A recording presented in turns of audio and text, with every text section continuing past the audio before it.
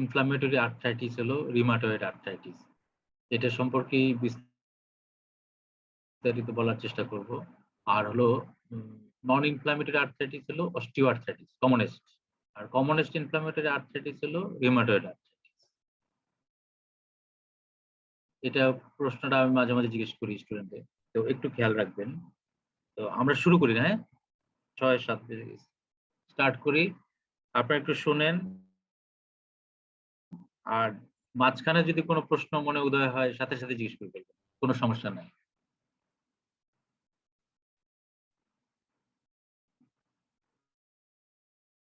আচ্ছা, আমাদের musculoskeletal system এটা হলো মাসল অ্যান্ড বোন that constitute the framework of our body. তাহলে মাসল অ্যান্ড বোন যেটাকে আমরা বলি আপনার বিল্ডটা তৈরি করে হলো মাসল বোন। এই বোনগুলা একটা আর্টিকুলেশন বা জয়েন্টের মাধ্যমে কানেক্টেড। তাহলে এই joint or articulation is the connection between bones in the body which link skeletal system into a functional whole, যেটা একটা স্ট্রাকচার তৈরি করতেছে। তো জয়েন্ট গুলা কিরকম হয়? মনো নাম্বার অনুযায়ী মনো আর্টিকুলার, পসি আর্টিকুলার আর পলি আর্টিকুলার। আর স্ট্রাকচার অনুযায়ী জয়েন্ট গুলা ক্লাসিফিকেশন গুলো আপনারা অ্যানাটমিতে পড়ছেন। একটু বলে যাই, ফাইব্রাস জয়েন্ট যেমন সুচারস, স্কালে যেমন সুচার গুলো আছে ফাইব্রাস জয়েন্ট, মিনিমাল আর নো মুভমেন্ট। ফাইব্রোকার্টিলেজিনাস জয়েন্ট যেমন ইন্টারভার্টিব্রাল ডিস্ক, সাইনোভিয়াল জয়েন্ট যেগুলো ফ্রি মুভমেন্ট হয়। আর হলো facet joint, between two vertebral facet, এখানে জয়েন্ট থাকে, তারপরে রিবের সাথে জয়েন্ট থাকে, ফ্যাসেট জয়েন্ট। ফাংশনাল ক্লাসিফিকেশন বলছে মুভমেন্ট অনুযায়ী। এটা অ্যানাটমিতে পড়ছেন সিনার্থ্রোসিস, এম্পিয়ার্থ্রোসিস, ডায়াথ্রোসিস। সিনার্থ্রোসিস হলো সুচারগুলা বা সিন্ডেসমোসিস, যেগুলোকে বলছে লিটল অর নো মুভমেন্ট। আর এম্পিয়ার্থ্রোসিস হলো স্লাইট মুভমেন্ট, যেমন ইন্টারভার্টিব্রাল ডিস্ক জয়েন্ট যেগুলো। আর ডায়াথ্রোসিস হলো সাইনোভিয়াল জয়েন্ট, যেটা free range of movement, wide range of movement. এটা দেখেন আপনার সিনার্থ্রোসিস, তাই না? এটা হলো সুচারস, লিটল অর নো মুভমেন্ট, তেমন একটা মুভমেন্ট হয় না। আর এম্পিয়ার্থ্রোসিস বলছে যে এগুলো হলো ইন্টারভার্টিব্রাল ডিস্কগুলা লিটল মুভমেন্ট, রোটেশন হয় কিছু, ফ্লেকশন এক্সটেনশন কিছু হয়। আর এই ফ্যাসেট জয়েন্টস আর হলো এটা হলো সাইনোভিয়াল জয়েন্ট, যেটা ফ্রি মুভমেন্ট।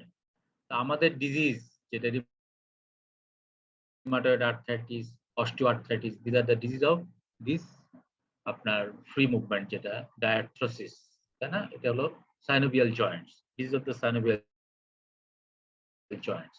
আর্থ্রাইটিস মানে inflammation of the joint. Arthritis তাহলে আমরা মনোআর্টিকুলার আর পলিআর্টিকুলার, আগে ছিল 3টা ক্লাসিফিকেশন, এখন আর 3টা বলে না, মনো আর্টিকুলার, পসি আর্টিকুলার, পলি আর্টিকুলার। কারণ পসি আর্টিকুলার গুলো পলি আর্টিকুলারের মধ্যেই ফেলে দিছে। তো আবার পলি আর্টিকুলার গুলো প্রেজেন্টেশন অনেক সময় মনো আর্টিকুলার নিয়ে আসতে পারে, early presentation. Initially mono articular then become poly articular, এরকম হতে পারে। There is a broad list of mono articular arthritis and poly articular arthritis. দেখে নেবেন, যেমন mono articular gout trauma, haemarthrosis, spondylitis, psoriatic arthritis, এগুলো হলো mono articular presentation of poly arthritis, তাই না? Reactive arthritis, enteropathic arthritis, rheumatoid arthritis, juvenile idiopathic arthritis, foreign body reaction, tuberculosis, leukaemia, gonococcal infection, osteomyelitis, villonodular synovitis, আরো আছে। Poly articular হলো rheumatoid, viral, osteoarthritis, psoriatic arthritis, axial spondylitis, enteropathic arthritis, SLE বা systemic lupus erythematosus, JIA বা juvenile idiopathic arthritis, gout, sarcoidosis, CPPD crystal deposition arthritis. Gout হলো crystal deposition arthritis একটা, আর সিপিপিডি crystal এটাও একটা আর্থ্রাইটিস। এই ফিগারটা যদি দেখেন, সবগুলো আর্থ্রাইটিস এর একটা জিস্ট ফিগার আপনার বই থেকে নেওয়া। যেমন এটা হলো রিউমাটয়েড আর্থ্রাইটিস এর একটা ফিগার। এখানে কি স্মল জয়েন্টস প্রিডিলেকশন, তাই না? Small joints, hands and feet symmetrical, আবার সাথে লার্জ জয়েন্টও আছে। All synovial joints can involve, তবে axial involvement is unusual in rheumatoid arthritis. axial joint involvement নাই, sacroiliitis নাই বা axial involvement নাই। This is rheumatoid arthritis. psoriatic arthritis হলো asymmetric, polyarticular, small joint, large joint দুটোই involve হয়, কিন্তু asymmetric polyarthritis, psoriatic arthritis। Psoriatic lesion থাকে nail change থাকে। আচ্ছা, আর এটা হলো স্পন্ডাইলো আর্থ্রাইটিস বা এজিয়াল স্পন্ডাইলো আর্থ্রাইটিস, এটা ইনক্লুডিং অ্যানকাইলোজিং স্পন্ডিলাইটিস। এটা হলো axial involvement হলো main, sacroiliitis axial involvement and large joint involvement. Lower limb more than upper limb and predilection for large joints, asymmetrical. এটা হলো spondylar arthritis, R this is non-inflammatory arthritis, osteoarthritis. Commonest form of arthritis in the world হলো osteoarthritis. এটা non-inflammatory, even though some degree of inflammation is there. যখন আমরা osteoarthritis পড়বো তখন দেখবেন যে যদিও বলি নন ইনফ্লামেটরি আর্থ্রাইটিস, কিন্তু there are some degree of inflammation also occurs in osteoarthritis. এবং কিছু মর্নিং স্টিফনেসও থাকে, সেটা হলো জেলিং বলে, জেলিং। আচ্ছা, তাহলে এই চারটা ফিগার যদি মনে রাখেন বা বারবার দেখেন, তাহলে আর্থ্রাইটিসের ওভারঅল একটা পিকচার আপনার মনে থাকবে।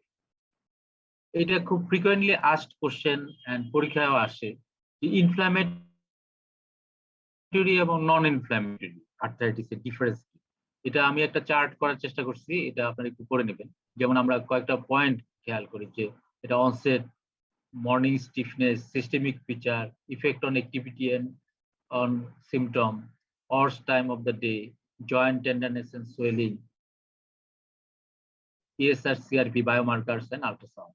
তো এই কয়টা পয়েন্ট দিয়ে আমরা ডিফারেন্সিয়েট করার চেষ্টা করি। অনসেটটা সাধারণত ইনফ্লামেটরি আর্থ্রাইটিস, ইনসিডিয়াস অনসেট অনেক ডিজিজ যেমন রিউমাটয়েড আর্থ্রাইটিস। একুট অনসেট ও ইনফ্লামেটরি আর্থ্রাইটিস হতে পারে, যেমন সাডেন অনসেট হয় গাউট, যা দেখা যায় ওভারনাইট বা within few hours symptom develop করতে, সিভিয়ার সিম্পটম গাউট। ইনফেকশন ও অ্যাকিউট অনসেট হয়। আর নন ইনফ্লামেটরি সাধারণত গ্র্যাজুয়াল, ওয়ান জয়েন্ট আর few joint involve. Morning stiffness inflammatory arthritis হলো মোর দেন 1 আওয়ার, দেখা যায় সিগনিফিকেন্ট স্টিফ থাকে মর্নিং স্টিফনেস। আর নন ইনফ্লামেটরি আর্থ্রাইটিস স্টিফনেস থাকলে সেটা লেস দেন 30 মিনিটস, আধা ঘন্টার কম থাকে, এবং যেটাকে জেলিং বলতেছে। আর systemic symptom inflammatory arthritis is prominent, including fatigue. And non-inflammatory arthritis systemic symptom is unusual. Effect of activity on symptom, তাহলে lessen with activity. Inflammatory arthritis এর characteristic হলো স্টিফনেস থাকে, জয়েন্ট পেইন থাকে, এবং দেখা যায় কাজকর্ম করলে একটু কমে। lessen with activity or after periods of rest and inactivity. R non-inflammatory or with activity, lessen with rest, উল্টা, তাই না? Worse time of the day morning, inflammatory arthritis morning stiffness থাকে এবং মর্নিং এ সবচেয়ে খারাপ থাকে। আর non inflammatory arthritis may progress, মানে অর্স টাইম হলো progress as the day progress, যত দিন বাড়তে থাকে অত পেইন বা কষ্ট বাড়তে থাকে।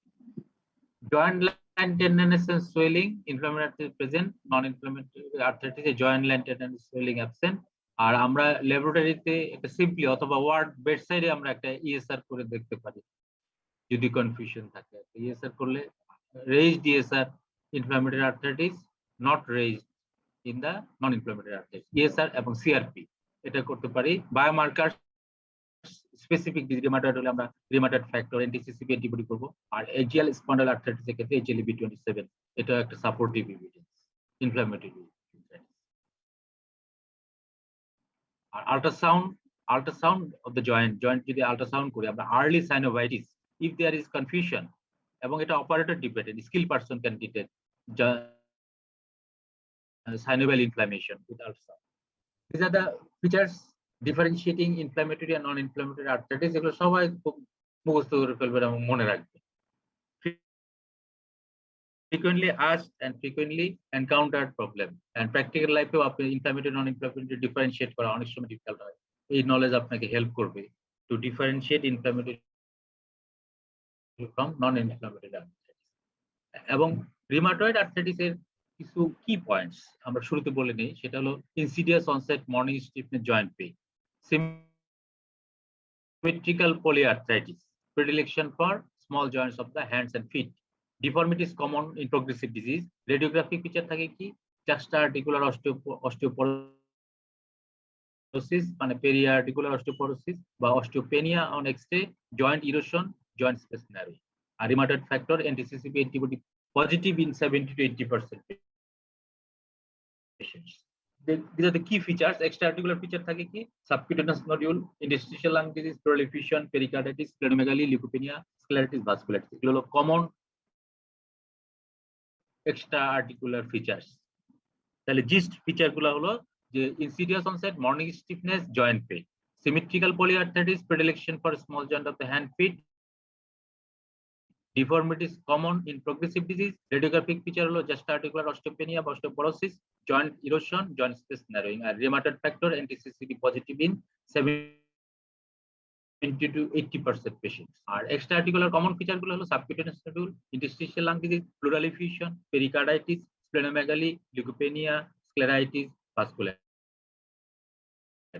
আমরা পরে লম্বা লিস্ট দেখাবো আপনাদেরকে যে এক্সট্রা আর্টিকুলার ফিচার গুলো, এগুলো হলো জিস্ট। তাহলে রিউমাটয়েড আর্থ্রাইটিসটা কি? একটা chronic inflammatory disease of unknown aetiology characterized by symmetric polyarthritis. This is a chronic inflammatory disease of unknown etiology characterized by symmetric polyarthritis. Most common chronic inflammatory arthritis occurs throughout the world in all ethnic groups. তাহলে এটা হলো rheumatoid arthritis. তাহলে chronic inflammatory disease of unknown etiology characterized by symmetric polyarthritis. Most common chronic inflammatory arthritis throughout the world occurs in all ethnic groups. এটা হলো rheumatoid arthritis. যদি definition বলেন definition, তাহলে এটা হলো most common form of chronic inflammatory arthritis. আর non inflammatory arthritis হলো osteoarthritis. Can begin at any age. Peak onset হলো 4th and 5th decade in women and 6th to 8th decade in men. আর female male ratio 3:1, ফিমেলদের বেশি হয়, মেলদের কম হয়। Prevalence was 0.8 to 1% in European Indian subcontinent. Prevalence lower in Southeast Asia and highest in Pima, India. এটা একটা systemic disease, remission and exacerbation. Systemic disease characterized by clinical course of remission and exacerbation. Untreated rheumatoid arthritis কি করবে? Joint destruction with consequent disability and shortness of life expectancy. তাহলে আয়ু কমায় দেয় এবং disability বাড়ায় দেয়, জয়েন্ট ডিস্ট্রাকশন।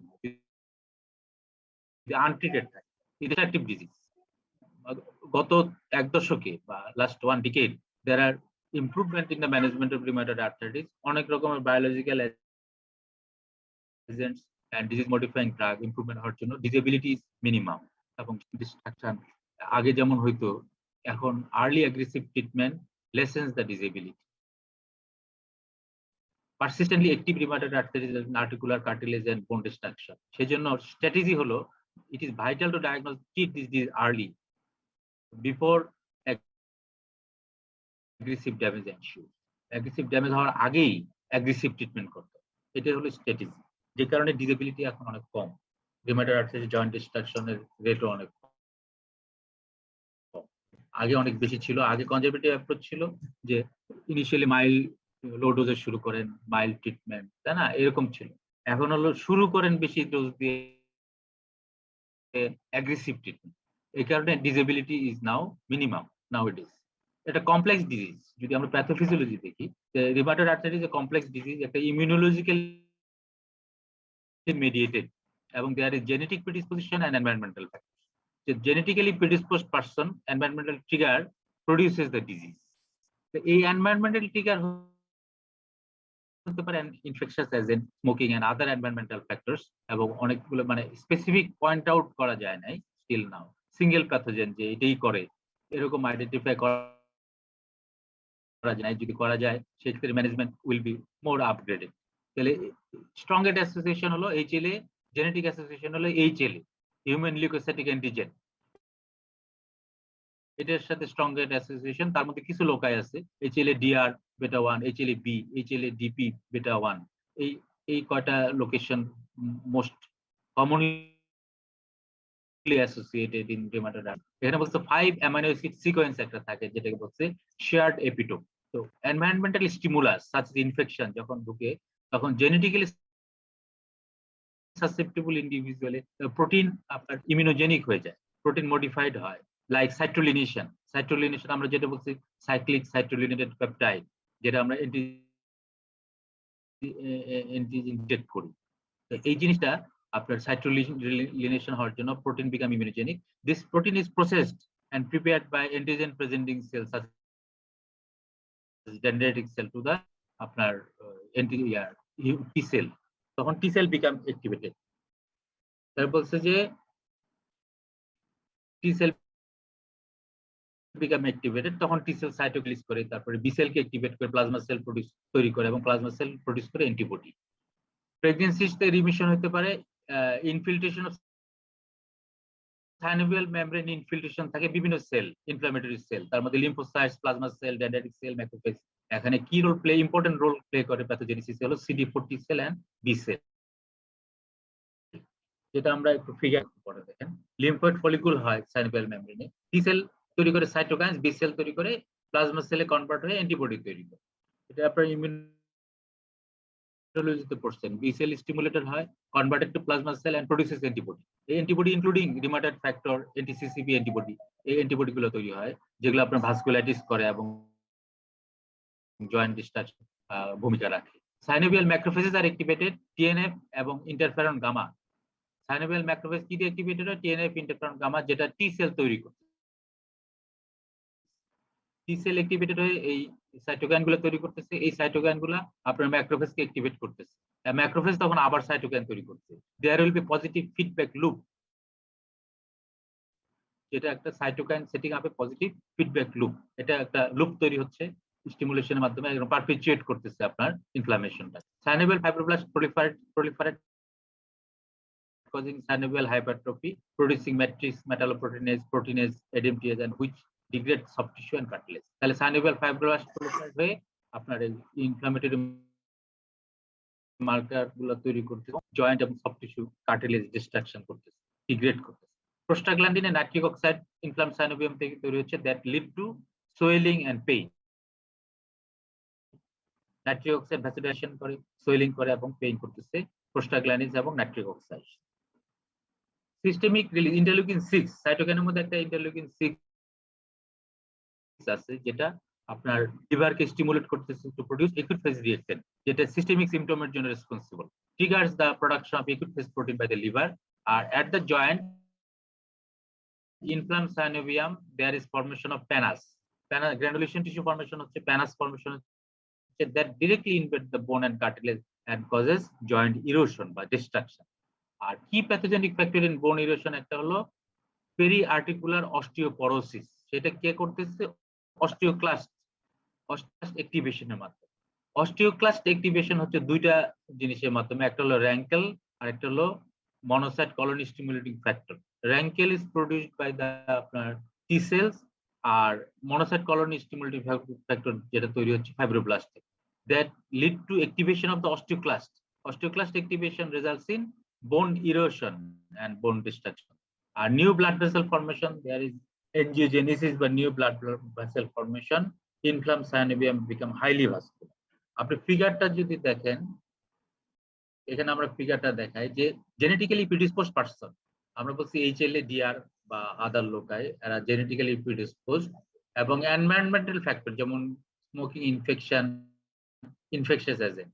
তাহলে জেনেটিক্যালি প্রিডিসপোজড পারসনে যখন এনভায়রনমেন্টাল স্টিমুলাস আসে, তখন protein will be modified and become immunogenic. Modified হচ্ছে কিভাবে? বিভিন্ন প্রসেস হচ্ছে, তার মধ্যে একটা বলছি আমরা citrullination of the protein, that protein become immunogenic, and this protein is processed by the dendritic cell by antigen presenting cell to the T lymphocytes. T সেলের কাছে তখন এই প্রোটিনটা এই ডেন্ড্রাইটিক সেল বা ম্যাক্রোফেজ এরা করে কি? প্রসেস করে টি সেলের কাছে প্রেজেন্ট করে। সেল দেন বিকাম অ্যাক্টিভেটেড এবং lead to B cell activation. তাহলে B cell activation, B cell produces plasma cell এবং অ্যান্টিবডি। আর টি সেল অ্যাক্টিভেশন হয়ে তারা কি করতেছে? They produce cytokines, TNF alpha, interferon, they stimulate macrophage and fibroblasts, তাই না? এই টি সেল থেকে যে সাইটোকাইন রিলিজ হচ্ছে TNF alpha and interferon gamma, TNF alpha, এরা স্টিমুলেট করতেছে ফাইব্রোব্লাস্টকে এবং macrophage. These macrophage will produce further cytokines, TNF alpha, interleukin 1, interleukin 6, that stimulate fibroblasts. এখানে একটা পজিটিভ ফিডব্যাক লুপ তৈরি হচ্ছে, that lead to perpetuate inflammatory cytokines production, তাই না? এখন আমরা বলছি যে এখানে অস্টিওক্লাস্ট অ্যাক্টিভেশন হচ্ছে দুইটা ফ্যাক্টরের মাধ্যমে, একটা র্যাঙ্কেল রিসেপ্টর অ্যাক্টিভেটেড নিউক্লিওকাইনেজ আপনার লিগ্যান্ড, কাপ্পা বি লিগেন্ড। এটা হলো আপনার, এটাকে বলা অস্টিওক্লাস্ট ডিফারেন্সিয়েশন ফ্যাক্টর, এটাও বলা হয় র‍্যাঙ্কেলকে। এই র‍্যাঙ্কেল আপনার স্টিমুলেট করতেছে অস্টিওক্লাস্টকে, that leads to osteoclastic, increase osteoclastic activity, bone resorption, and there will be মানে অস্টিওপোরোসিস বা বোন ইরোশন এখানে হচ্ছে। এবং আরেকটা ফ্যাক্টর হলো ফাইব্রোব্লাস্ট থেকে আসছে monocyte colony stimulating factor, this also lead to osteoclast activation and bone resorption resulting in bone erosion. আর এদিকে ম্যাট্রিক্স মেটালোপ্রোটিনেজ এরিমটেজ, এগুলো matrix protein, that leads to cartilage breakdown and bone destruction, joint destruction, all lead to joint distraction and osteoporosis. আর বলছে prostaglandin nitric oxide ভাসোডাইলেটেশন করতেছে pain and swelling. তাহলে এটা দেখে ঘাবড়ানোর কিছু নাই, এটা যদি আপনি একটু খেয়াল করেন, বারবার দেখেন, তাহলে প্যাথোজেনেসিসটা আপনার ক্লিয়ার হবে। দ্যাট উইল লিড টু মানে understanding in the management and drug selection and other. এই প্যাথোজেনেসিসটা ভালোভাবে যদি আপনি বুঝেন, তারপরে দেখবেন যে এটা ড্রাগ গুলো কোথায় ইউজ করতেছে এবং পেশেন্টের ম্যানেজমেন্ট কি করা দরকার, এই understanding will be clear from this pathogenesis. তাহলে এই ফিগারটা বারবার একটু পড়বেন এবং দেখবেন। তাহলে ক্লিনিক্যাল প্রেজেন্টেশন যদি প্যাথোজেনেসিস, মোটামুটি এই ফিগারটা দেখে যদি বারবার মনে রাখে, প্যাথোজেনেসিসটা মনে থাকে, এবং এটা আপনার ড্রাগ সিলেকশন, ড্রাগের মেকানিজম অ্যাকশন এন্ড অন্যান্য জিনিসগুলো আপনার হেল্প করবে, ম্যানেজমেন্টে হেল্প করবে। ভালো করে একটু দেখে। ক্লিনিক্যাল প্রেজেন্টেশন থাকে বিভিন্ন রকম, সাধারণত টিপিক্যাল প্রেজেন্টেশন হলো pain, joint swelling, stiffness affecting small joints of the hand, feet, wrist in symmetrical fashion. This is the typical presentation. তাহলে পেইন হবে, joint swelling, stiffness, morning stiffness, significant morning stiffness থাকে more than 1 hour, small joints, hands, feet, hand এবং ফিটের small joint involvement থাকে, আর wrist থাকে symmetrical fashion. এটা হলো টিপিক্যাল প্রেজেন্টেশন। তাহলে typical presentation is pain, joint swelling, stiffness affecting small joints of the hand, feet, wrist in symmetrical fashion. Other presentation আছে, সেরকম সেটা কি লার্জ জয়েন্ট ইনভলভমেন্ট। প্রথমে large joint, initially large joint involvement নিয়ে present করতে পারে, later become usually become symmetrical, small joint also involved. Large joint involvement, systemic symptom, extra-articular feature নিয়ে present করতে পারে। This presentation is less common, but হতে পারে। Acute onset presentation আবার হতে পারে acute pain, acute onset with severe early morning stiffness, polyarthritis, pitting edema. This presentation is more common old age. Old age এর সাথে এই ধরনের প্রেজেন্টেশন হয়। Acute onset, severe early morning stiffness, polyarthritis, pitting edema, proximal muscle weakness and stiffness mimicking polymyalgia rheumatica, old age disease, তাই না? polymyalgia rheumatica, এবং দেখা যায় যে ওরকম proximal muscle stiffness নিয়ে প্রেজেন্ট। অকেশনালি পেলিন্ড্রোমিক প্রেজেন্টেশন হয়, সেটা হলো পেলিন্ড্রোমিক মানে হলো relapsing and remitting episodes of pain and stiffness and swelling last for only few hours or few days. তাহলে প্রেজেন্টেশন হলো টিপিক্যাল হলো with pain, joint swelling, stiffness affecting small joints of the hand, feet, wrist in a symmetrical fashion. Other presentation হলো large joint involvement, systemic symptom, extra-articular feature, এটা একটা presentation. আরেকটা presentation হলো acute onset, severe early morning stiffness, polyarthritis, pitting edema, old age presentation. Polymyalgia rheumatica মতো presentation, এটা old age presentation, proximal muscle stiffness। Occasionally palindromic presentation, that is relapsing and remitting episodes of pain, stiffness and swelling. Examination যদি করেন, joint swelling পাবেন, tenderness পাবেন। যদি erythema পান, erythema is unusual, যদি erythema পান অবশ্যই ইউ শুড এক্সক্লুড কোএক্সিস্টিং সেপসিস, যে জয়েন্ট সেপসিস আছে কিনা বা জয়েন্ট ইনফেকশন আছে, এটা এক্সক্লুড করা উচিত। Erythema unusual. আর ডিফর্মিটিস হয়, লং স্ট্যান্ডিং অ্যাগ্রেসিভ ডিজিজ ডিফর্মিটিস হয়, আনকন্ট্রোলড ডিজিজ। রিসেন্ট ইয়ারে আমরা বারবার বলছি, রিসেন্ট ইয়ারে this deformities are uncommon because of more aggressive management, more aggressive early management. Wrist, metacarpophalangeal joint, proximal interphalangeal joint, most frequently involved joints. Most frequently involved joint wrist, MCP, PIP, most frequently involved. আর এটা differentiate করা যায় যে psoriatic arthritis যেমন DIB most frequently involve, এখানে হলো PIB most frequently. এরকম আমরা যখন অন্যান্য আর্থ্রাইটিস করবো তখন এটা ডিফারেন্সিয়েট করতে হেল্প করবে। বা শুরুতে যে ছবি চারটা দেখাইছি এটাও যদি বারবার দেখেন তাহলে কিন্তু আর্থ্রাইটিসের ডিস্ট্রিবিউশন দেখে আপনি ডিফারেন্সিয়েট করতে পারবেন। ডিআইপি ইনভলভমেন্ট হয় না তা না, হয়, তবে সাধারণত অ্যাসোসিয়েটেড অস্টিওআর্থ্রাইটিসের জন্য ডিআইপি ইনভলভ। ডিআইপি মানে ডিস্টাল ইন্টারফ্যালেঞ্জিয়াল জয়েন্ট। তো রিমাটয়েড আর্থ্রাইটিস কমনলি হলো proximal interphalangeal joint and metacarpophalangeal joints and বেশি ইনভলভ হয় কমনলি।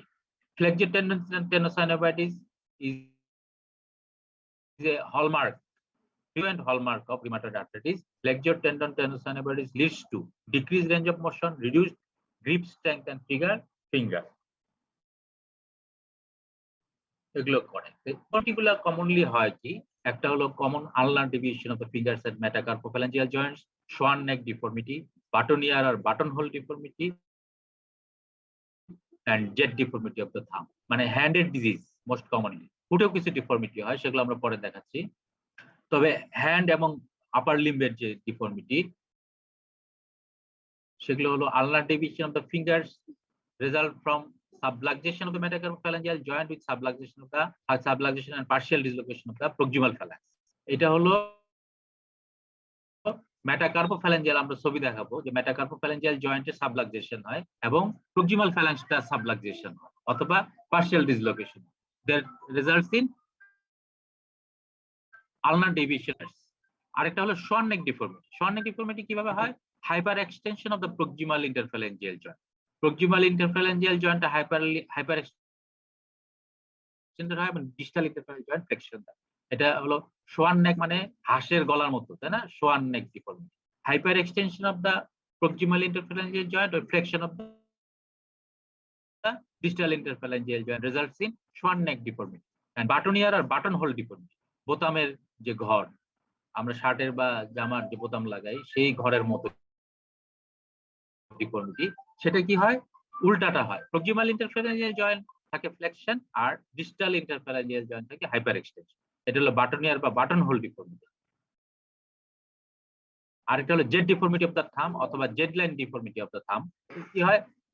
ফার্স্ট মেটাকার্পো বা থাম্ব মেটাকার্পোফ্যালেঞ্জিয়াল জয়েন্টের আপনার সাবলাক্সেশন হয়, যে কারণে hyper extension of the interphalangeal joint may result from damage to the tendon. Tendon damage হয়, capsular damage হয়, soft tissue damage হয়, সব মিলেই this jet deformity of the thumb. তাহলে হ্যান্ডে ডিফর্মিটি হলো ulnar deviation of the fingers, তারপর swan neck deformity, boutonniere deformity and Z deformity or Z line deformity of the thumb. এগুলো হলো aggressive disease, untreated এবং long standing ডিজিজে এই deformity গুলো হয় এবং মেকানিজম গুলো আপনাদের বললাম সেটা হলো inflammation of the ulnar styloid tenosynovitis extensor carpi ulnaris causes subluxation of the ulna. এটা পিয়ানো কি মুভমেন্ট হয়, আলনার যে ডিস্টাল আলনার এটা আপনার পিয়ানো কি মুভমেন্ট, মানে ইনফ্লামেশন টেনোসাইনোভাইটিস হচ্ছে স্টাইল আলনার স্টাইলের প্রসেস, ডিস্টাল আলনা। আরেকটা dorsal subluxation of the ulna and distal radio ulnar joint may occur contribute to rupture of the fourth fifth extension tendon. আর একটা trigger finger আমরা বলছি inflammation tenosynovitis এর জন্য হচ্ছে, আর হলো nodule in the flexor tendon sheath. Flexor tendon শিটে যদি রিউমাটয়েড নোডিউল ডেভেলপ করে দ্যাট মে লিড টু, এটা দেখেন একটা ডিফর্মিটি না, এটা হলো ইনফ্লামেশনের ছবি, যে মেটাকার্পোফ্যালেঞ্জিয়াল Joints, these are the metacarpophalangeal joint, এই মেটাকার্পোফ্যালেঞ্জিয়াল জয়েন্ট ইনফ্লামেশন। আর হলো প্রক্সিমাল ইন্টারফ্যালেঞ্জিয়াল জয়েন্ট, তাই না? এটা মেটাকার্পোফ্যালেঞ্জিয়াল জয়েন্টের ইনফ্লামেশন, এটা হলো প্রক্সিমাল ইন্টারফ্যালেঞ্জিয়াল জয়েন্টস, তাই না? এই প্রক্সিমাল ইন্টারফ্যালেঞ্জিয়াল জয়েন্টস এর ইনফ্লামেশন, সোয়েলিং আর কিছুটা ডিফর্মিটি এখানে হচ্ছে, তাই না? Swan neck deformity. এটা পরের ছবি দেখেন,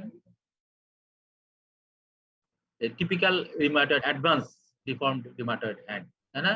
এখানে ulnar deviation of the at the metacarpophalangeal joints, এই নোকগুলো আলনার দিকে ডেভিয়েটেড, তাই না? Due to subluxation of the metacarpal head, metacarpal গুলা সাবলাক্সেশন হচ্ছে।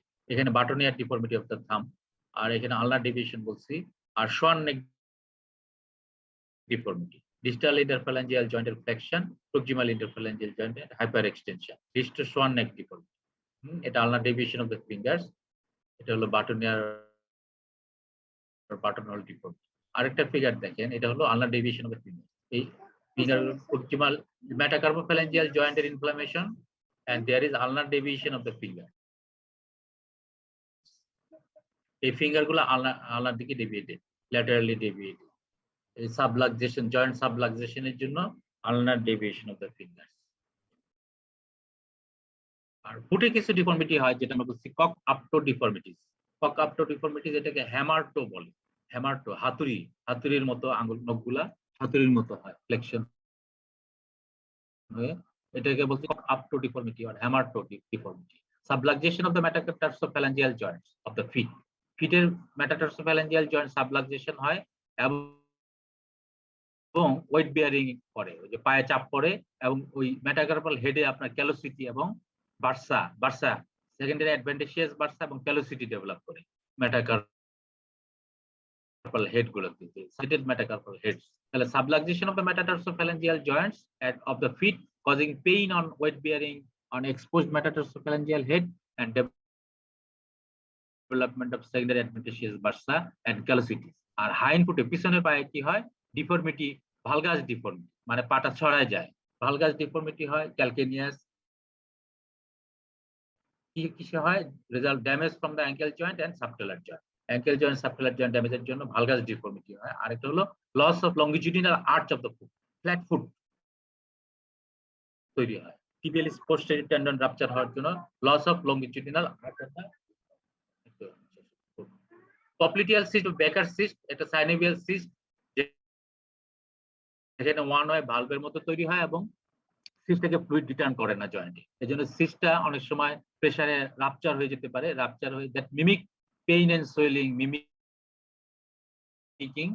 Deep vein thrombosis. অনেক সময় কাপ মাসেলে পেইন সোয়েলিং হয় বেকার সিস্ট রাপচার হওয়ার জন্য, সেটা মানে ডিপ ভেইন থ্রম্বোসিসের মতো ফিচার নিয়ে প্রেজেন্ট করতে পারে। তাহলে এটা হলো ব্যাক অফ দ্য নি জয়েন্ট, নি সাইনোভাইটিস হওয়ার জন্য বেকার সিস্ট ও পপ্লিটিয়াল সিস্ট হয়। Deformities in older patient, long-standing disease becoming much less common in বলতেছি যে মোর অ্যাগ্রেসিভ ট্রিটমেন্টের জন্য nowadays deformities much less common। এটা দেখেন এই যে হ্যামারটো বা কক আপটো ডিফর্মিটি, তাই না? আর এটা হলো ক্যালোসিটিস তৈরি হয়েছে, যে metacarpal subluxated metatarsal head weight bearing এর জন্য ক্যালোসিটি এবং বার্সাইটিস ডেভেলপ করছে, তাই না? এটা একটা foot deformity of the rheumatoid arthritis। এখানে দেখেন ফ্ল্যাট ফুট, যেটা বলছে যে এই লংগিটিউডিনাল আর্চ নরমাল ফুটে থাকে, একটা আর্চ থাকে হাঁটার জন্য, এখানে ফ্ল্যাট ফুট হয়ে গেছে। টিবিয়ালিস পোস্টেরিয়র টেন্ডন রাপচার হওয়ার জন্য এখানে রিউমাটয়েড আর্থ্রাইটিসের জন্য এটা ফুটটা ফ্ল্যাট হয়ে গেছে, ফ্ল্যাট ফুট।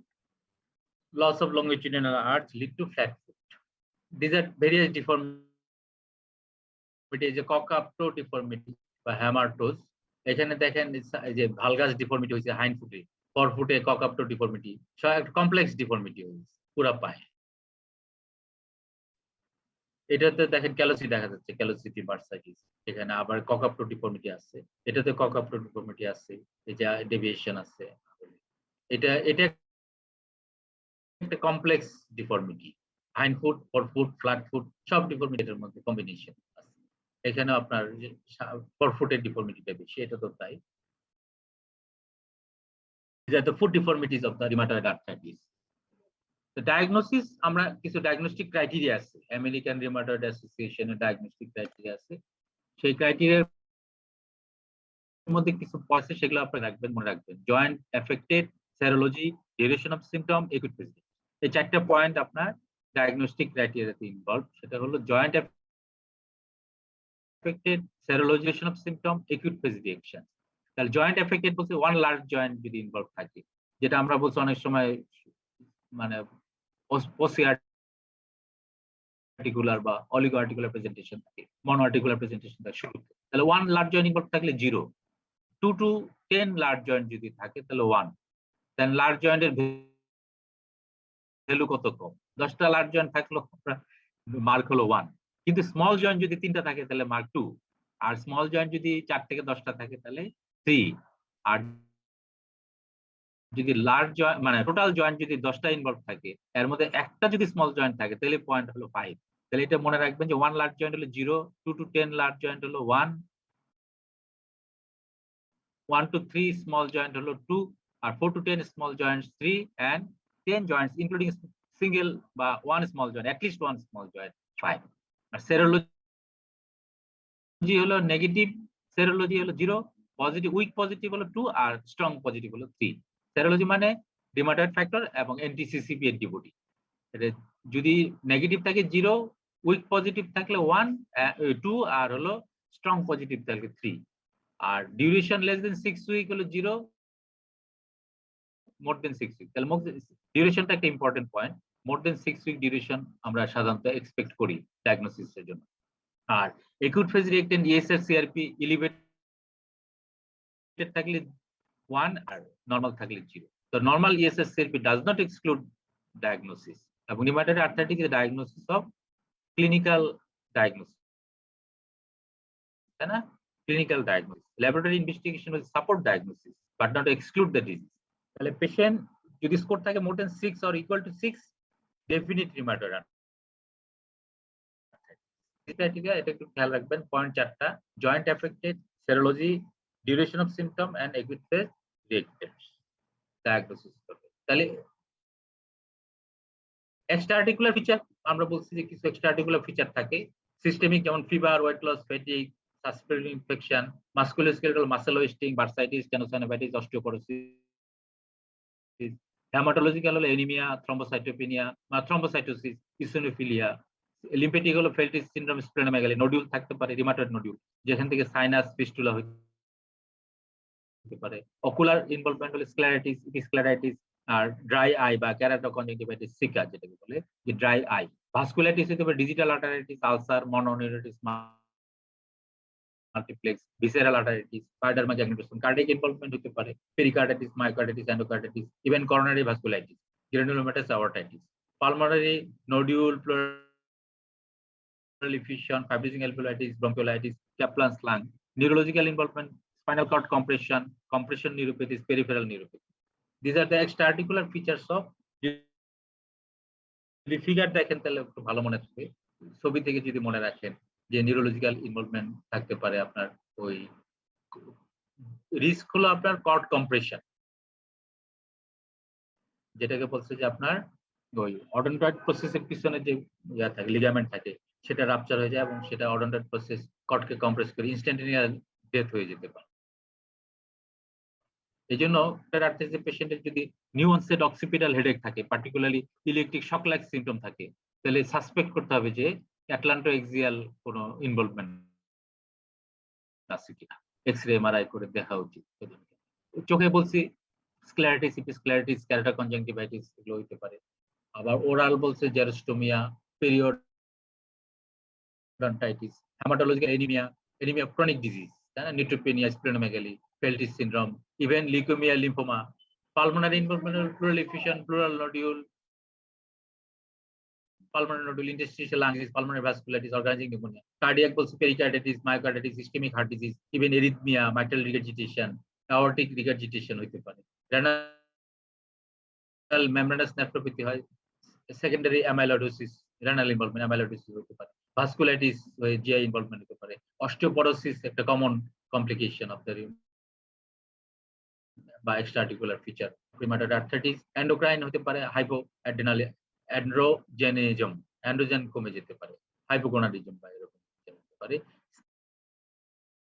স্কিনে রিউমাটয়েড নোডিউল, পায়োডার্মা জ্যাগনেটোসোম। These are the extra-articular features of rheumatoid arthritis. যদি এই ফিগারটা খেয়াল রাখতে পারেন তাহলে দেখবেন সবগুলাই মনে রাখবে। একদম নিউরোলজিক্যাল, চোখ, মুখ, তারপরে হেমাটোলজিক্যাল, পালমোনারি, কার্ডিয়াক, রেনাল, তারপরে হলো ভাস্কুলার, ইন্টেস্টাইন, তারপরে এন্ডোক্রাইন, বোন, আর হলো স্কিন। এগুলো যদি ফিগার দেখে যদি মনে রাখার চেষ্টা করেন তাহলে খুব ভালো মনে থাকে। তাহলে এই ফিগারটা মনে রাখার চেষ্টা করুন। এক্সট্রাআর্টিকুলার ফিচার্স, এটা রিউমাটয়েড নোডুলের একটা ছবি। নোডুলে থাকে কি সেন্ট্রাল একটা ইনফ্লামেশন থাকে, granulation tissue surrounded by palisade of lymphocyte. Histology যদি করে রিউমাটয়েড নোডুল সিম্পটোমেটিক থাকে, অনেক সময় পেইন হতে পারে, সাইনাস হতে পারে, ফিস্টুলা হতে পারে। রিউমাটয়েড নোডুল এক্সটেন্সর সারফেসে, এক্সটেন্সর টেন্ডনে সাধারণত থাকে rheumatoid nodule. This are another picture of rheumatoid nodules. Peripheral neuropathy entrapment neuropathy হতে পারে, মনোনিউরোটিস মাল্টিপ্লেক্স বা ডিফিউজ পেরিফেরাল নিউরোপ্যাথি হতে পারে। তাহলে এনট্র্যাপমেন্ট কি? Medial nerve, ulnar nerve, lateral popliteal nerve, tarsal tunnel syndrome, এই জিনিসগুলো হতে পারে এনট্র্যাপমেন্ট নিউরোপ্যাথি। আর হতে পারে ডিফিউজ পেরিফেরাল নিউরোপ্যাথি। যেটা আমরা বলছি এটা যদিও রেয়ার কিন্তু খুব অ্যালার্মিং, এবং সাসপেক্ট না করলে পেশেন্ট ইনস্ট্যান্টেনিয়াস ডেথ হয়ে যেতে পারে ম্যানিপুলেশন অথবা ট্রমার জন্য, যেটা অ্যাটলান্টোএক্সিয়াল সাবলাক্সেশন, অ্যাটলান্টোএক্সিয়াল লেভেল অথবা সাবলাক্সেশন লেভেলে হতে পারে। যেটা erosion of the transverse ligament of the posterior to odontoid process, odontoid পেগের পিছনে যে ট্রান্সভার্স লিগামেন্ট এটা ইরোশন হয়ে থাকে, এবং যদি একটু কম্প্রেশন দেন বা ম্যানিপুলেশন করেন চট করে স্পাইনাল কর্ড কম্প্রেশন হয়ে ডেথ হয়ে যেতে পারে। এই জন্য বলছে যে should be suspected in any rheumatoid arthritis patient describe new onset of occipital headache, particularly if paresthesia or electric shock like symptoms are present in the arm. আর্মে যদি electric shock like হয় আর occipital headache হয়, অবশ্যই আপনি suspect করবেন যে এটা অ্যাটলান্টোএক্সিয়াল subluxation বা dislocation আছে কিনা। অন্তত একটা X-ray, lateral view, cervical spine অথবা সাসপেশন বেশি হলে এমআরআই করে দেখতে হবে। এবং এটা neurosurgical emergency, should be stabilize with surgical intervention. Surgical intervention করে স্টেবিলাইজ করে ফিক্সেশন করে দিতে। এটা একটা ছবি দেখেন যে আপনার ডেভিশনে এই ছবিটা আছে। তাহলে এই যে এই পোস্টেরিয়র লিগামেন্টটা যদি উইক হয়ে যায়, অডন্টয়েড পেগটা আপনার স্পাইনাল কর্ডে চট করে কম্প্রেশন চাপ দিয়ে দিতে পারে ম্যানিপুলেশন করলে অথবা ট্রমা।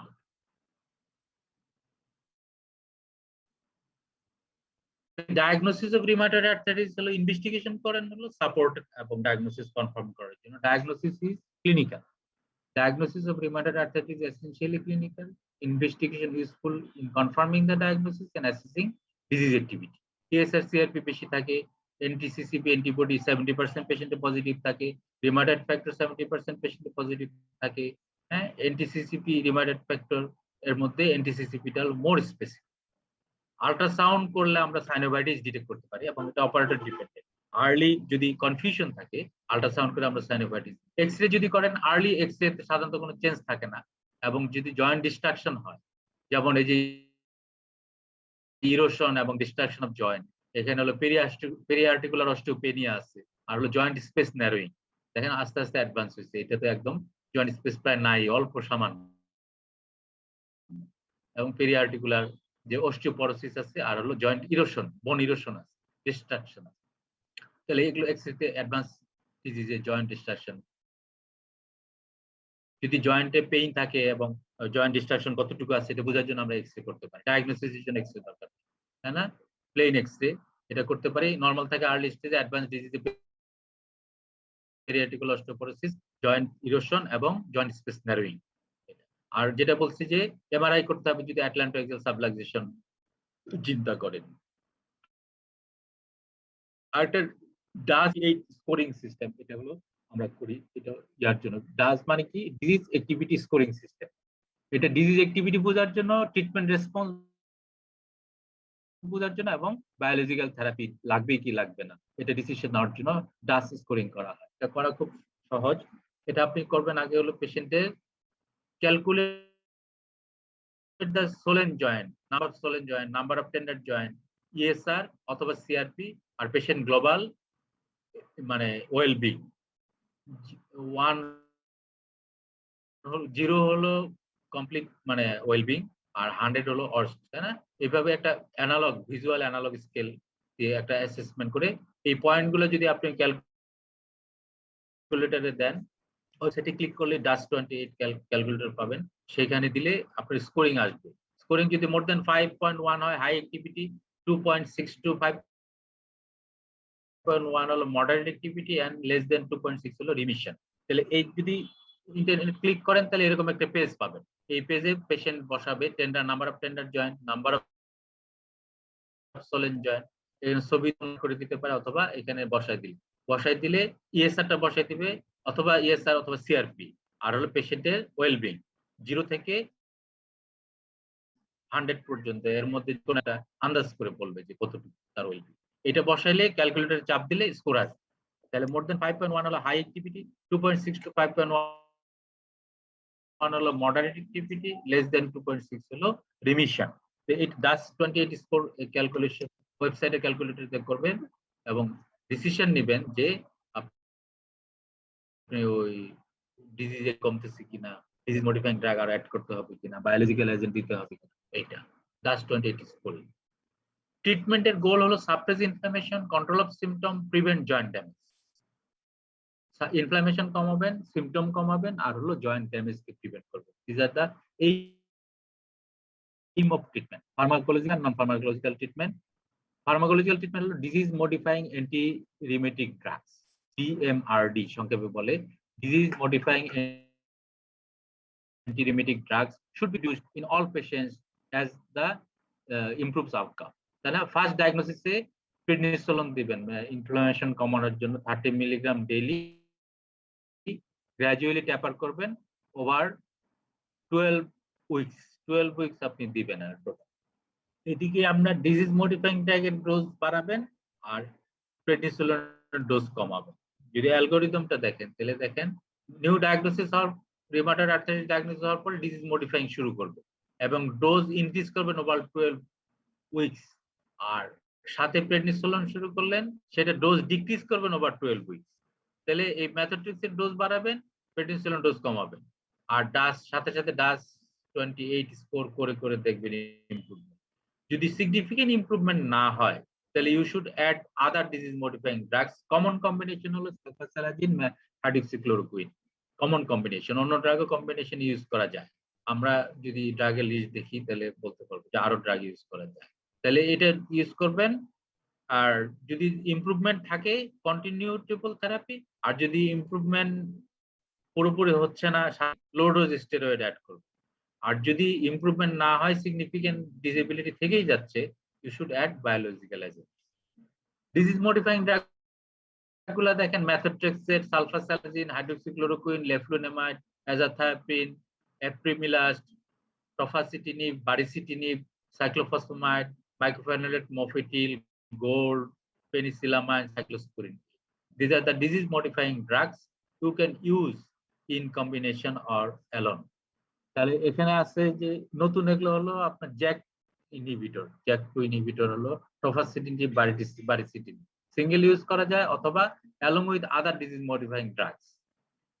এটা বায়োলজিক্যাল এজেন্টও বলতে পারেন অথবা ডিজিজ মডিফাইং ড্রাগের মধ্যেই পড়ে। আসলে একটু জ্যাক ইনহিবিটর, এগুলো নতুন ড্রাগ। আর বায়োলজিক্যাল এজেন্ট আছে, আমরা বায়োলজিক্যাল এজেন্টের লিস্ট দেখবো। তাহলে ডিজিজ মডিফাইং ড্রাগগুলোর নাম মনে রাখবেন, ম্যাথোট্রেক্সেট, সালফা, কমনলি ইউজড হলো ম্যাথোট্রেক্সেট। 15 মিলিগ্রাম দিয়ে শুরু করবেন, আস্তে আস্তে বাড়াবেন ম্যাক্সিমাম 25 মিলিগ্রাম উইকলি, সপ্তাহে একদিন, সাথে ফলিক অ্যাসিড সাপ্লিমেন্টেশন। সালফাসাইক্লোরোকুইন, লেফলুনেমাইড, অ্যাজাথায়োপ্রিন, এপ্রিমিলাস, টফাসিটিনিব, বারিসিটিনিব, এই দুটো হলো জ্যাক 2 ইনহিবিটরস। আর cyclophosphamide, mycophenolate, mofetil, gold, penicillamine, cyclosporine. তাহলে ম্যাথোট্রেক্সেট আমরা বলছি 15 মিলিগ্রাম দিয়ে শুরু করবেন, 5 মিলিগ্রাম করে বাড়াবেন, 25 milligram maximum weekly dose.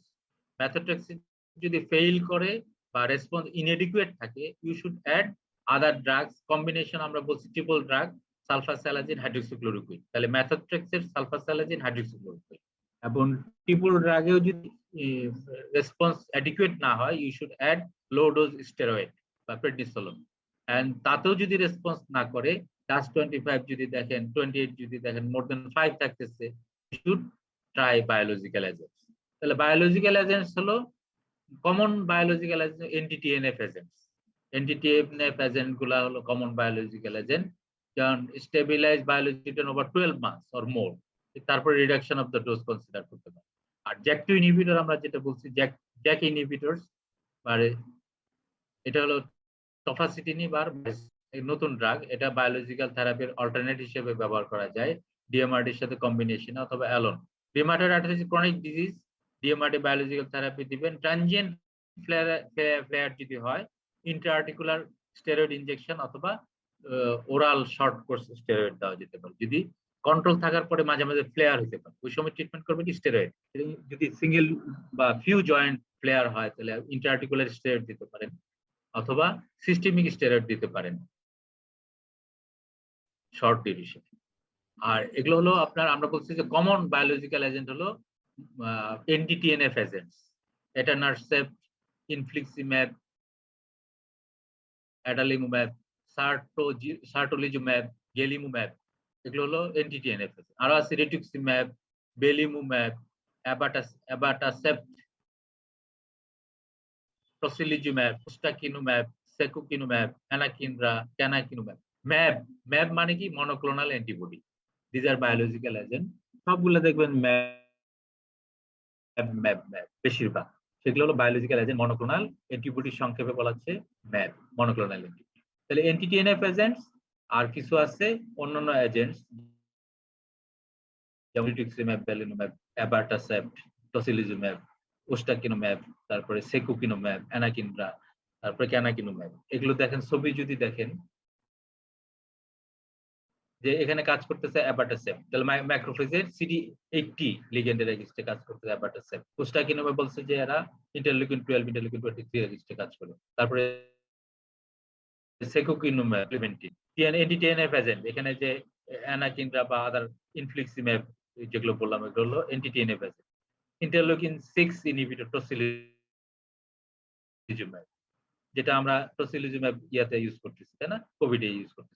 Interleukin 1 canakinumab, interleukin 1 inhibitor. Secukinumab, interleukin 7, rituximab, CD20, B সেলের CD20 এর এগেইনস্টে কাজ করছে। রিটুক্সিম্যাব লিম্ফোমা ড্রাগ, তাই না। বেলিমুম্যাব, এটা হলো প্লাজমা সেল কে ইনহিবিট করে। This are the biological agents. অন্তত নামগুলো মনে রাখবেন, সাইট অফ অ্যাকশন মনে না রাখতে পারলে চেষ্টা করবেন নামগুলো অন্তত মনে রাখবেন। নন ফার্মাকোলজিক্যাল ম্যানেজমেন্ট কি বলছে, ফিজিওথেরাপিস্ট এবং অকুপেশনাল থেরাপিস্ট এদের অ্যাডভাইস নিতে হবে এবং এদেরকে ট্রিটমেন্ট ওইভাবে মডিফাই করে দিতে হবে। তাহলে physiotherapy, occupational therapy is very important. Surgery scope আছে কিছু। সার্জারি স্কোপ আস্তে আস্তে সার্জারির ইনভলভমেন্ট কমতেছে due to aggressive early management and effective drug, যে কারণে সার্জারির প্রয়োজন এখন অনেক যাচ্ছে। কি সার্জারি স্কোপ আছে? Synovectomy of the joint fail to respond adequately to systemic therapy or intraarticular steroid, সেই ক্ষেত্রে সাইনোভেক্টমি করে দিতে পারেন। জয়েন্ট রিপ্লেসমেন্ট সার্জারি মানে ডিফর্ম ড্যামেজ জয়েন্ট রিপ্লেসমেন্ট করে দেওয়া, এগুলো কমে যাচ্ছে due to aggressive early medical management. Other surgical procedure কি? একটা হলো excision of the metatarsal head, যেটা বলছে সাবলাক্সেশন, খুব পেইনফুল, ওটাকে মেটাটার্সাল হেড গুলো এক্সিশন করে দিলেন। নিউরোসার্জারি আমরা বলছি অ্যাটলান্টোএক্সিয়াল সাবলাক্সেশনের জন্য নিউরোসার্জারি, যেটা আমরা ফিক্সেশন করে দিতে বলছে। Fusion of the damage joint wrist ankle, এগুলোকে আপনি ফিউশন করে দিতে পারেন। এগুলোর সংক্ষেপে রিউমাটয়েড আর্থ্রাইটিস সম্বন্ধে এতটুকুই, আসলে বলে অনেক কিছু বলা যায়। আপনাদের কোনো কোয়ারি যদি থাকে, কোয়ারি বলতে পারেন রিউমাটয়েড আর্থ্রাইটিস সম্পর্কে, এনি কোয়ারি। জি স্যার। জি স্যার, বলেন। মিথোট্রিক্সের স্যার সর্বোচ্চ স্যার কত সপ্তাহ ব্যবহার করা যায়? দেখা যায় অনেক পেশেন্ট লাইফ লং ইউজ করে, বা এখানে তো বলা আছে 12 সপ্তাহ ব্যবহার করা যাবে। হ্যাঁ, একটা ব্যাপার হলো কি যে আপনার মেথড শুরু করবো আমরা, যেটা বইয়ে বলছে যে 15 মিলিগ্রাম থেকে শুরু করবেন, 5 মিলিগ্রাম করে বাড়াবেন, উইকলি বাড়ায় 25 মিলিগ্রাম। এবং ডিজিজ কন্ট্রোল, আপনি ডিজিজ কন্ট্রোল হওয়া পর্যন্ত ইউজ করবেন ফুল ডোজে, তারপরে আপনি টেপার করতে পারেন। এটা লাইফ লং ইউজ করতে হবে এমন না, ডিজিজ কন্ট্রোল হলে আপনি আস্তে আস্তে টেপার করে দিন।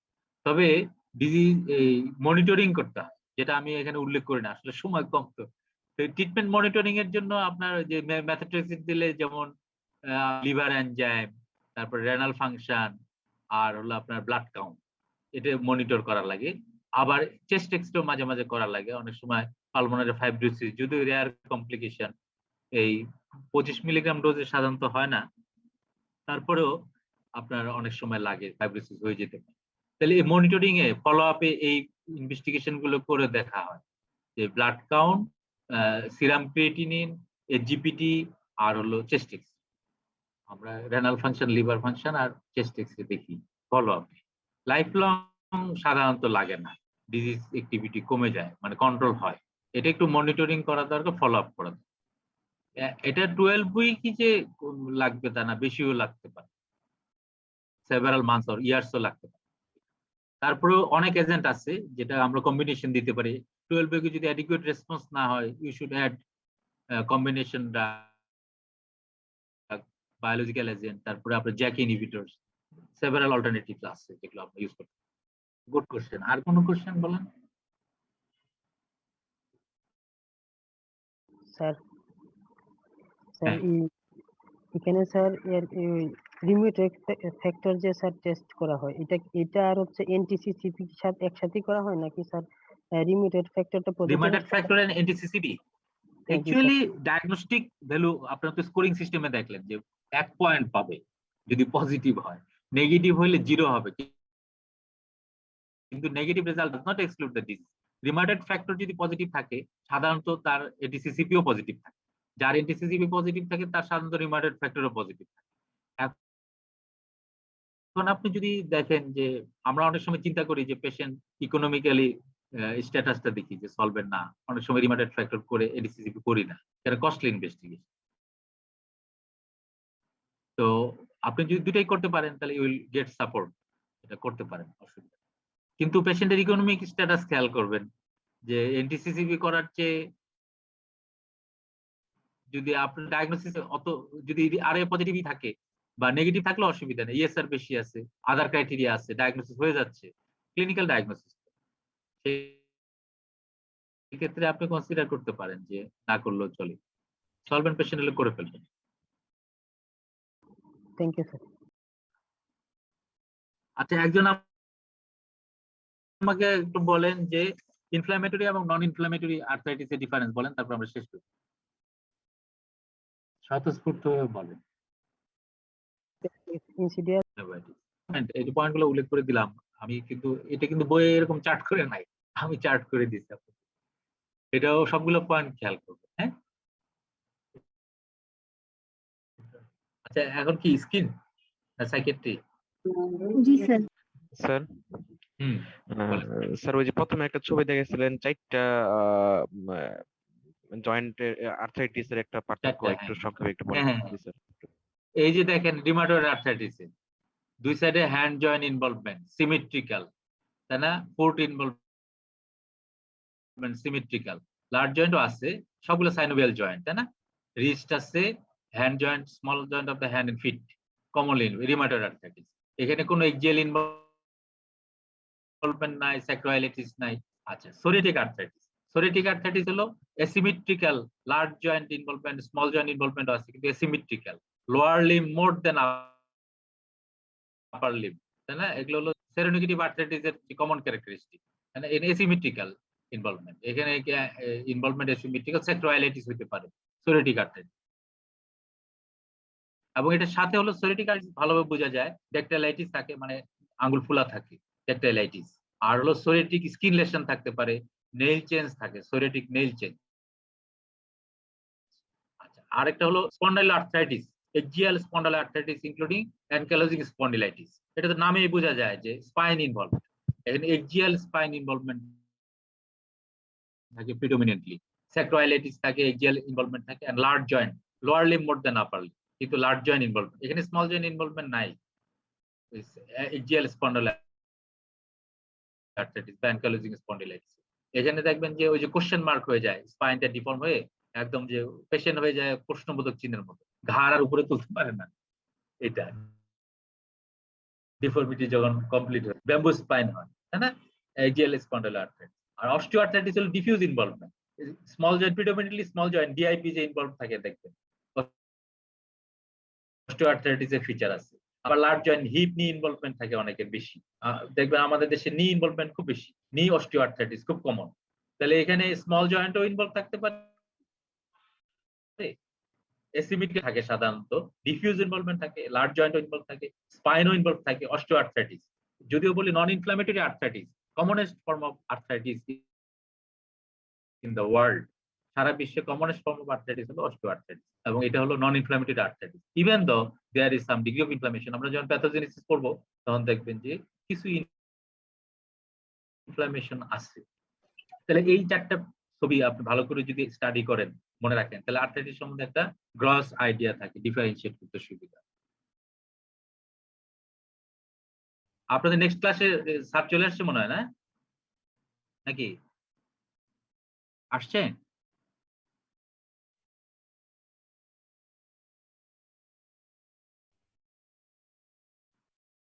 ক্লাস কি স্কিন দেওয়ার ক্ষেত্রে এখানে হুম। স্যার আমরা কোন ক্ষেত্রে দিব স্যার ইন্টারআর্টিকুলার স্টেরয়েড? ইন্টারআর্টিকুলার স্টেরয়েড আপনি রিউমাটয়েড আর্থ্রাইটিসে মাঝে মাঝে ব্যবহার করতে পারেন যদি ফ্লেয়ার হয়। আপনার মনে করেন যে পেশেন্টের দেখা গেল যে আপনার হাতের মেটাকার্পোফ্যালাঞ্জিয়াল জয়েন্ট দুই মেটাকার্পোফ্যালাঞ্জিয়াল জয়েন্ট টেন্ডার এবং সোলেন হয়ে রয়েছে, ওভারঅল ডিজিজ তার কন্ট্রোল আছে, এটা আমরা বলছি ফ্লেয়ার। তাহলে এই দুইটা জয়েন্ট যদি থাকে, দুইটা জয়েন্টকে আপনি আলাদা সিস্টেমিক না দিয়ে লোকাল ইন্টারআর্টিকুলার স্টেরয়েড দিয়ে দিলেন, তাহলে জয়েন্ট দুইটা ইনফ্লামেশন কমে গেল, এটা করতে পারেন। অথবা দেখলেন যে তার রিস্ট জয়েন্টটা শুধু রাইট হ্যান্ডের রিস্ট জয়েন্টটা শুধু ইনফ্লামেশন কমতেছে আর সবগুলা কন্ট্রোল আছে, যেটাকে আমরা বলছি ফ্লেয়ার। অল্প দু একটা জয়েন্ট যদি থাকে তাহলে আমরা ইন্টারআর্টিকুলার স্টেরয়েড দিতে পারি এইসব ক্ষেত্রে। আর হলো যদি দেখা যায় যে মানে অনেকগুলো জয়েন্টই ইনফ্লামেশন কমে নাই, সেক্ষেত্রে সিস্টেমিক ওরাল স্টেরয়েড দেওয়াটাই ভালো। আপনি 10টা-12টা জয়েন্টে তো ইনজেকশন দিবেন না, দ্যাট ইজ নট ফিজিবল। এই জন্য ইন্টারআর্টিকুলার স্টেরয়েড হলো সিঙ্গেল অথবা একটা দুইটা জয়েন্ট যদি ফ্লেয়ার থাকে তখন সেটাতে ইউজ করতে পারেন। You can use thank you. Interarticular steroid disease কন্ট্রোলের জন্য। আর কোনো কোয়ারি? স্যার রিউমেটিক ফিভারেও তো বিভিন্ন মানে পলিআর্থ্রাইটিস থাকে, সাবকিউটেনিয়াস নোডিউল পাওয়া যায়, রিউমেটিক ইএসআরটিএস ফিভার, থাকে। রিউমেটিক ফিভার, হ্যাঁ হ্যাঁ হ্যাঁ, রিউমেটিক ফিভারও পলিআর্থ্রাইটিস হয়, কিন্তু রিউমেটিক ফিভারের তো টিপিক্যাল একটা রিউমেটিক ফিভার হিস্ট্রি থাকবে, তাই না? আর হলো মাইগ্রেটিং পলিআর্থ্রাইটিস। মাইগ্রেটিং মানে কি? একটা জয়েন্ট ধরলো, তারপরে এই জয়েন্টটা কমে যায় আরেকটা জয়েন্ট ধরলো, তাই না? মাইগ্রেটিং পলিআর্থ্রাইটিস বলি। মাইগ্রেটিং পলিআর্থ্রাইটিস এটা রিউমেটিক ফিভারের ক্যারেক্টারিস্টিক। আর ক্যারেক্টারিস্টিক ফিভার থাকে, কার্ডিয়াক ইনভলভমেন্ট থাকে, আদার ফিচার থাকে, তাই না? সোর থ্রোটের হিস্ট্রি থাকে, অথবা কনফিউজিং কেস আমরা ইনভেস্টিগেশন করে ডিসিশন নিতে পারি। আর রিউমাটয়েড আর্থ্রাইটিসের সাথে, রিউমাটয়েড আর্থ্রাইটিস একটা ক্রনিক ডিজিজ, আর রিউমেটিক ফিভার আপনার শুরুতে হলো একিউট, আর্থ্রাইটিস যেটা হয় একিউট, তারপরে আস্তে আস্তে ক্রনিক হইতে পারে, যে রিউমেটিক কার্ডিয়াক ডিজিজ যদি হয়, রিউমেটিক কার্ডাইটিস, সেটা ক্রনিক হয়ে যেতে পারে। তো রিউমেটিক ফিভারের সাথে মাঝে মাঝে কনফিউশন হতে পারে একিউট প্রেজেন্টেশনে, সেক্ষেত্রে আপনি যে মাইগ্রেটিং নেচার, তারপরে অ্যাসোসিয়েটেড কার্ডিয়াক, তারপরে সোর থ্রোট, তারপরে ইনভেস্টিগেশন সব মিলে আপনি ডিসিশন নিতে পারবেন। আর রেসপন্স টু ট্রিটমেন্ট, আমরা যদি ইন্ডোমেথাসিন বা আদার ড্রাগ আগে দিতাম, অ্যাসপিরিন দিলে dramatic improvement in the rheumatic fever, তাই না? জয়েন্ট পেইন ড্রামাটিক্যালি ইমপ্রুভ করে যায় ইভেন ইন্ডোমেথাসিন, সেটা একটা ফিচার। সব মিলাই আর কি ডিসিশন নেবেন কনফিউশনের ক্ষেত্রে।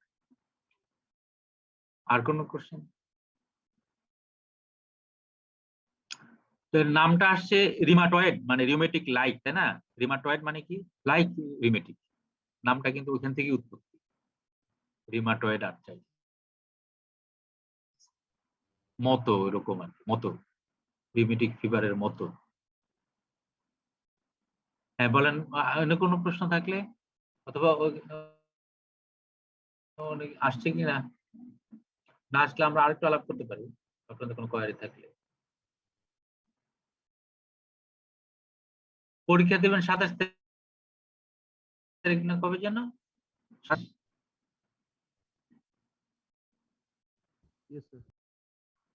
আপনার পরীক্ষা 27 তারিখ?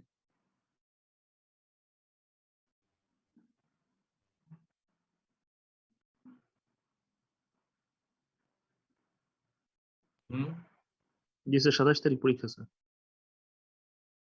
আচ্ছা 27 তারিখ পরীক্ষা। আর হলো প্রশ্ন আমরা দিব এমসিকিউ এসিকিউ, দুই ধরনের প্রশ্ন দিব। এসিকিউ গুলা ওই বিস্তারিত লেখা না, শুধু পয়েন্ট গুলা লিখবে। হ্যাঁ, বিস্তারিত একদম খাতায় যেমন লিখতেন ওরকম লেখার দরকার নাই, শুধু পয়েন্ট গুলা লিখলেই আমরা খুশি। খালি পয়েন্ট গুলা উল্লেখ, অল্প কথায় উত্তর দিবে। আর এগুলো বোধহয় জিনিসটা আপনাদের আলাপ করবে, যে খাতায় লেখার পরে ছবি তুলে ওনাদের ইয়াতে পাঠাই দেবে। আর এমসিকিউটা বোধহয় গুগল সে নিতে পারবে, সাথে সাথে আনসার দিয়ে ক্লোজ করে দিবে। এমসিকিউটা লিখে ছবি তুলে পাঠাইতে হবে, এই সিস্টেম। আর অন্য সাবজেক্টের পরীক্ষা গুলো তো এইভাবেই নিবে বোধহয়, না? ছবি তুলে পাঠাই দিবে মোবাইল ক্যামেরায়। প্রশ্ন থাকবে হলো আপনার এমসিকিউ রাখবো আমরা 15টা, আর এসিকিউ থাকবে হলো 8টা থাকবে, 7টা আনসার করবেন। এইটা। হ্যাঁ, একটা অপশন থাকবে কি 8টা থাকবে, 8টা কোশ্চেন থাকবে, 7টা আনসার এবং শর্ট আনসার, খালি পয়েন্ট গুলো লিখবে। তারই তো একদম খাতা ভরার দরকার নেই, পয়েন্ট গুলো শুধু উল্লেখ করবে। প্রশ্ন আমরা চেষ্টা করবো ওইভাবে করতে যাতে বেশি লেখা না লাগে। আর এটা হলো পড়বেন, এখন তো সময় অগাধ, বাসায় বসে আছেন, একটু বই খুলে পড়বেন। আজকে অবশ্যই রিমাটয়েড আর্থ্রাইটিস বিস্তারিত পড়ে ফেলবেন আজকেই, ভাই কালকের জন্য রাখেন না। কালকে পড়লে অর্ধেক ভুলে যাবেন, তারপরের দিন পড়লে আরো অর্ধেক ভুলে যাবেন। আজকে পড়লে দেখবেন যে অনেক মনে থাকবে। পার্টিকুলারলি ইন্ট্রোডাক্টরি কথাগুলো খেয়াল করবেন। ইনফ্ল্যামেটরি নন ইনফ্ল্যামেটরি আর্থ্রাইটিস এর পার্থক্য, আর হলো আপনার রিমাটয়েড আর্থ্রাইটিস ডিটেইল পড়ে ফেলবেন। খুব common arthritis, commonly encountered arthritis, এবং আপনাদের ম্যানেজ করতে হবে সবাইকে, অন্তত ডিটেক্ট করতে হবে। যেটা অস্টিও আর্থ্রাইটিস না রিমাটয়েড আর্থ্রাইটিস নাকি সেরোনেগেটিভ আর্থ্রাইটিস, এটা ডিটেক্ট করা খুব জরুরি। জি তাহলে আমরা শেষ করে দিই না? ইয়া কি আসে নাই? স্যার আসে নাই? স্যার এখন স্যার? আসেননি স্যার। আচ্ছা, আপনাদের কোনো কোয়ারি থাকলে বলেন, তাহলে আমি লিভ করি।